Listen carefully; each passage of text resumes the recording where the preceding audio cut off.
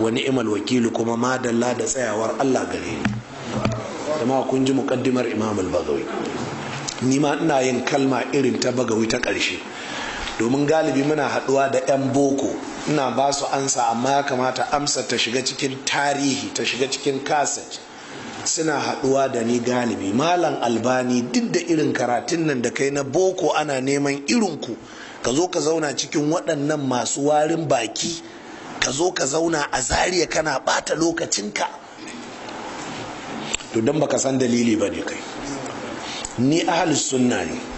Shi wannan karatun da kai a wurinka kake ganin shi mai daraja, ni na yi shi ne don in yaɗa sunna. Ni ban yi karatun boko don boko ba, ni ban yi karatun boko don in samu kuɗi ba. A'a, na yi karatun boko ne don in taimaki sunnar manzan Allah a bisa aƙidar salaf kaɗai. Iyakacin manufata kenan. Iyakacin manufata kenan. Duk abin da nake a duniya ni don in raya aƙidar salaf ne kawai. Ba zan munafinci kowa in ce wai don in yi da'awa da a'a, aƙidar salaf kawai. Don haka duk wata aƙida a duniya kaf ban yadda da ita ba. Aƙidar salaf kawai na yadda da ita. Duk wani tafarki, duk wani mazhabi, duk wani tunani in ba na salaf ba ban yadda da shi ba. Don haka ina rayuwa ne don yi wannan hidimar, domin wane ne shugaban salaf? Shine annabi sallallahu alaihi wasallam. To ni ina rayuwa ne don yi wa mai gidana manzon Allah hidima. Don haka duk abin da kake gani, ina da first class wuri kaza, ina da tuwon wuri kaza, ina da tutu wuri kaza, ina kaza, dukka don yi wa manzon Allah hidima ne, in yada sunna shi. Na haka duk inda nake ba na ɓoye kaina, ni ɗan salafiya ne, kuma da'awar salafiya kaɗai nake yadawa. Na haka duk inda aka kira ni mu haɗa kai da 'yan ɗariƙa ba na zuwa, mu haɗa kai da 'yan shi'a ba na zuwa. In kai ahlus sunna ne zan iya haɗa kai da kai, domin me tamu ta zo ɗaya, we are on the same page. Don haka kaɗai mu da awar salafiya muke yi kaɗai. To kuwa idan Bagawi yana fatar ya rubuta wannan littafi domin yana ganin wani yana neman shiriya amma yana fagamniya, to ni ma Albani zan ta karantar da littafin sharhu sunna da da'awar salafiya, domin duk mai neman shiriya to ya ce ga Albani can yana karantar da hanyar salaf. Yana mai risala da kanshi cewa yi wattiba'us salafi, ya ce a rinka bin salaf, waqtifa'u atharihim, a rinka tsayawa a hanyar da salaf suka tsaya. Haka ya faɗi a farkon risala, haka ya faɗi a ƙarshen risala.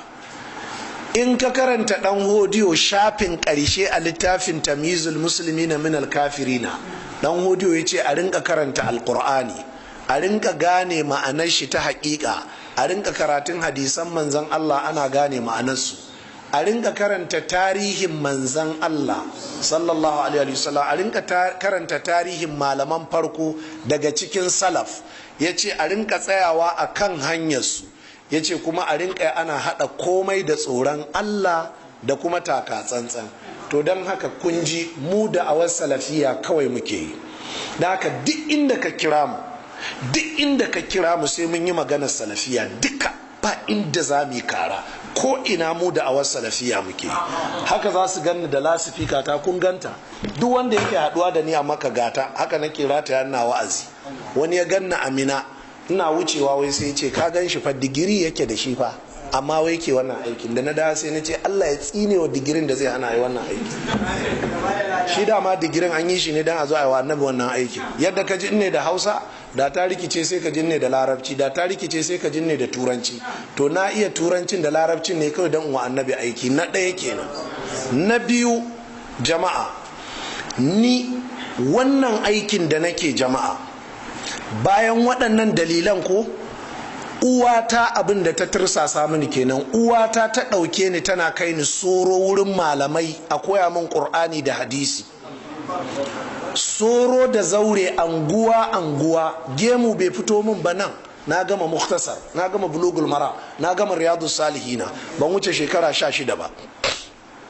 Keke ta sai min ɗaya a Kano, ɗaya a Zaria. Ina shiga mota nan na tafi, a Dogara nake aje keke.